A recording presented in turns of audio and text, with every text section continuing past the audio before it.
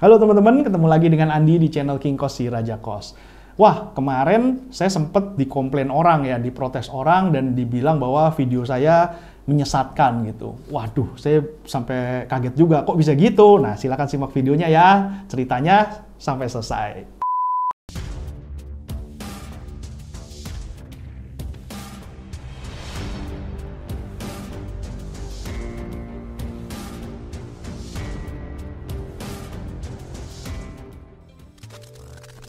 Nah, teman-teman, saya itu kalau bikin video, itu kan ada konteksnya ya, ada konteksnya di mana saya bisnis kos-kosan saya kan kebanyakan di Jogja. Jadi, saya membuat video berdasarkan pengalaman saya di Jogja. Kemarin itu ada satu video saya yang dikomplain sama orang yang saya bikin video bahwa jumlah kamar ideal buat saya untuk kos-kosan itu 20 kamar gitu. Nah, ada yang komplain, wah sesat itu, nggak bener informasinya gitu. Nah, terus saya tanya sama orang yang protes itu, nah lu lokasinya di mana? Ternyata teman-teman, setelah saya tanya, dia lokasinya itu di Jakarta. Nah, teman-teman kan tahu ya, harga tanah di Jakarta itu kan mahal, mungkin bisa 3 kali lipat, 4 kali lipat, atau 5 kali lipat dari di Jogja. Kalau di Jogja harga 3 juta mungkin udah bisa dapat akses yang bagus, mobil simpangan jalan lancar. Tapi kalau di Jakarta 3 juta tanah dapat di mana? Mungkin di pinggiran atau di dalam gang yang nggak bisa mobil masuk gitu. Nah, di situ ya sudah salah persepsi. Jadi dia memukul rata bahwa semua video saya ini bisa berlaku dimanapun. Padahal itu enggak ya. Jadi teman-teman harus melihat kayak dari peraturan-peraturan daerahnya aja kan setiap lokasi kan udah beda-beda.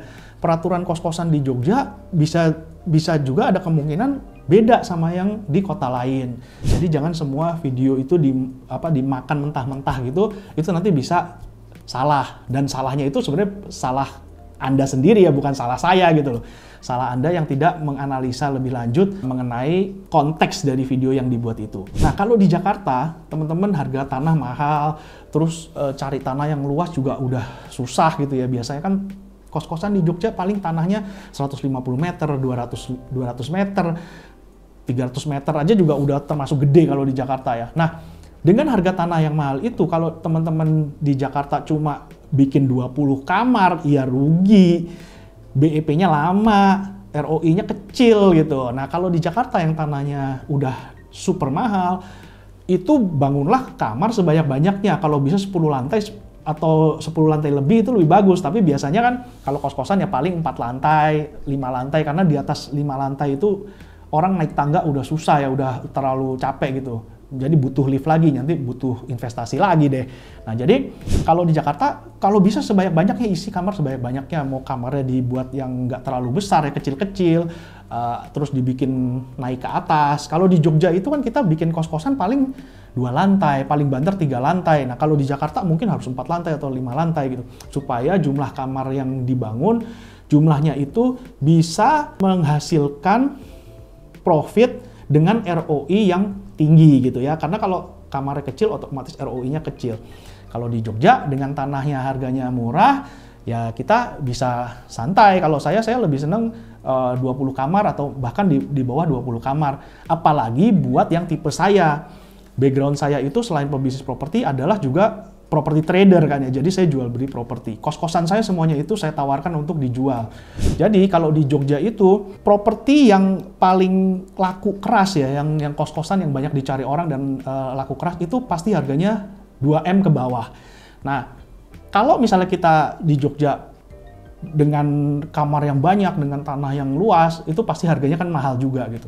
Nah, kalau saya, makanya kenapa saya bilang saya lebih seneng 20 kamar ke bawah, karena selain dari bisnis kos yang dari passive income yang saya dapatkan, saya juga menjual belikan kos tersebut.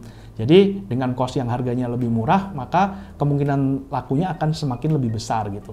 Oke teman-teman, itu ya. Jadi teman-teman kalau nonton video saya, tolong ditelaah lebih lanjut, jangan ditelan mentah-mentah supaya tidak terjerumus ke sesuatu yang menyesatkan gitu ya. Oke teman-teman, semoga video-video saya bisa terus membantu, ya minimal memberikan referensi lah, memberikan referensi supaya teman-teman bisa memutuskan yang terbaik. Jadi teman-teman analisa segala macam, feasibility study, semua teman-teman harus tetap lakukan di lokasi kos-kosan yang teman-teman mau bikin.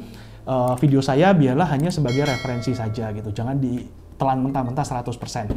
Oke ya teman-teman, terima kasih sudah menonton dan sampai ketemu di video yang akan datang. Dadah!